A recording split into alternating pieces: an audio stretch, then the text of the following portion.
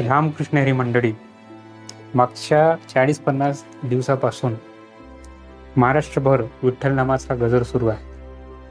आषाढी एकादशी वारकरी संप्रदायाचा एक महत्त्वपूर्ण दिवस आहे आणि या निमित्ताने आषाढी एकादशीच्या मी आपल्या सर्व वारकरी संप्रदाय विठ्ठल भक्तांना मनापासून खूप खूप मंगलमय शुभेच्छा देतो.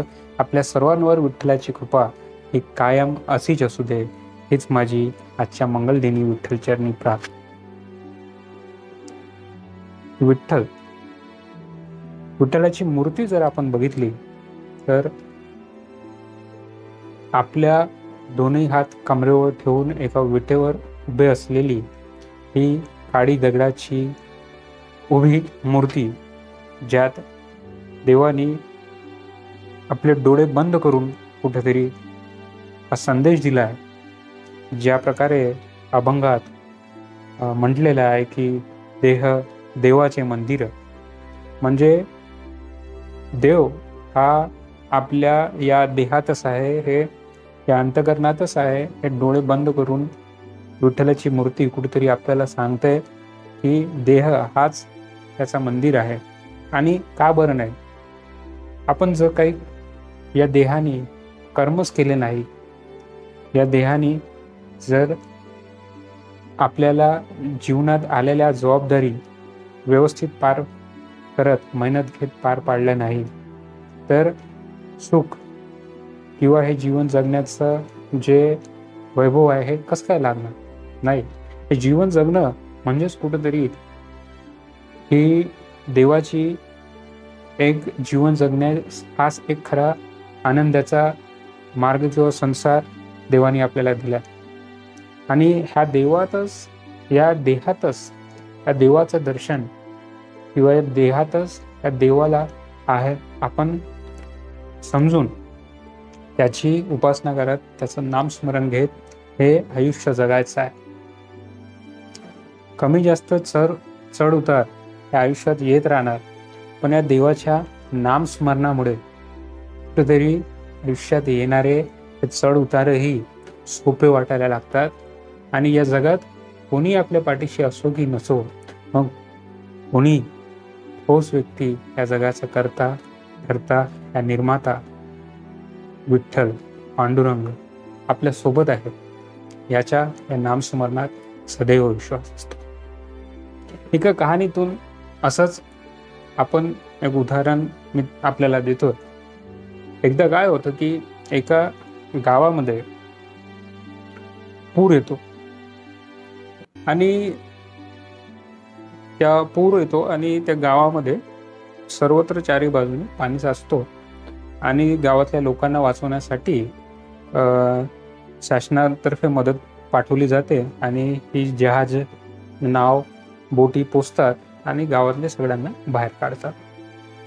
आणि तिथे एक देवाचा भक्त विठ्ठलाचं नाव घेत किंवा देवाची आराधना करत तो उपासना करत बसलेला असतो की माझा विठ्ठलच सर्व काही करणार.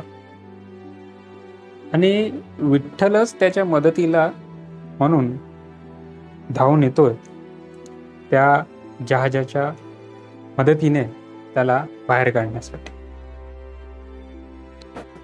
परंतु हा व्यक्ती हा समजूनच घेत नाही की समोर आलेला हा व्यक्ती, मदतीला आलेला व्यक्ती हाच विठ्ठल स्वरूपी माझ्या मदतीला आला. आणि आपलीच इथेच कुठेतरी चुकी होते की विठ्ठल आपल्याला सतत सांगतोय की देहात निसर्गाच्या प्रत्येक वस्तूमध्येच माझं वास्तव्य आहे, मी आहे. आणि तरी सुद्धा आपण विठ्ठलाला फक्त एका मूर्ती मर्यादित करून ठेवतो, एका आकारापुरती मर्यादित करून ठेवतो. ही आपली चुकी. विठ्ठल हा प्रत्येक व्यक्तीत, प्रत्येक वस्तूत, प्रत्येक ठिकाणी आहे. आणि तो जेव्हा तुमच्या मदतीला येतोय तेव्हा त्याच्या मदतीला हाकेला प्रतिसाद दे. तो व्यक्ती त्याच्या नाव मदतीला आल्यानंतरही बसत नाही, पूर वाढतो आणि त्या पुरात वाहून जातो. आणि वरती गेल्यावर तो विठ्ठलाला विचारतो की हे विठ्ठला, मी तर तुमची एवढी आराधना उपासना केली, तरी सुद्धा तुम्ही मला का बरं वाचवलं नाही. तर विठ्ठल म्हणतात की मी तुला वाचवण्यासाठी आलो होतो, तुला हाक दिली, तुला बोलवलं, पण तुम्ही माझे सगळे जे प्रयत्न आहेत त्याला विफल केले, तुम्ही माझी हाक ऐकली नाही, आणि म्हणून नाइलाजास्त मला तुला इकडे आणावं लागलं. देवाचं हेच म्हणणं आहे की या भूतलावर जेव्हा तुम्ही आहात, मानवी शरीरात जेव्हा आहात, निसर्गाच्या नियमाने बांधलेले आहात, आणि या निसर्गाच्या नियमाने बांधलेल्या असताना निसर्गाच्या प्रत्येक वस्तू विठ्ठलाला अनुभवायचा आहे, आणि निसर्गाच्या या मार्गावर आपल्याला चालायचं आहे. आणि अशा संदर्भात जेव्हा आपण विमा याला बघतो, जीवन जगताना आज प्रत्येक ठिकाणी जीवाचा जोखीम आहे, आपल्यावर आपलं कुटुंब निर्भर आहे, आणि या कुटुंबाच्या आर्थिक संरक्षणासाठी आपल्याला जर कमी जास्त झालं तर त्यांना एक मोठ्या विमा रकमेची मदत मिळावी, म्हणून विमा प्रतिनिधी आपल्यापर्यंत विठ्ठलाच्या आशीर्वादाने पोहोचत असतो. त्याचा मान ठेवून या विम्याचं महत्त्व समजून आपल्या कुटुंबासाठी विमा नक्की खरेदी करावा, याच माझ्या आपल्या सर्वांना विनंती राहते. आज आषाढी एकादशी निमित्त हाच एक संदेश माझ्यातर्फे आपल्या सर्वांना राहणार की देवाची मंदिरं आपल्या सर्वांमध्ये विठ्ठल आहे, सर्व सृष्टीच्या सर्व निर्मितीच्या कणाकणामध्ये विठ्ठल आहे. त्या सर्वांना ओळखा, त्याची उपासना करा, विठ्ठलाचं नाम जप करा. विठ्ठलाची कृपा आपल्या सर्वांवर सदैव अशीच राहील. खूप खूप धन्यवाद हे पूर्ण भाग बघितल्याबद्दल. आमच्या वाहिनीला आपली आवड दर्शवा आणि आमच्या वाहिनीचे सदस्य नक्की व्हा. यासाठी इतकंच. भेटूया पुढील भागात नवीन माहिती सहित. नमस्कार, राम राम, हरे कृष्णा, जय भवानी, जय शिवराय, जय हिंद, जय महाराष्ट्र, राम कृष्ण हरी, जय हरी विठ्ठल.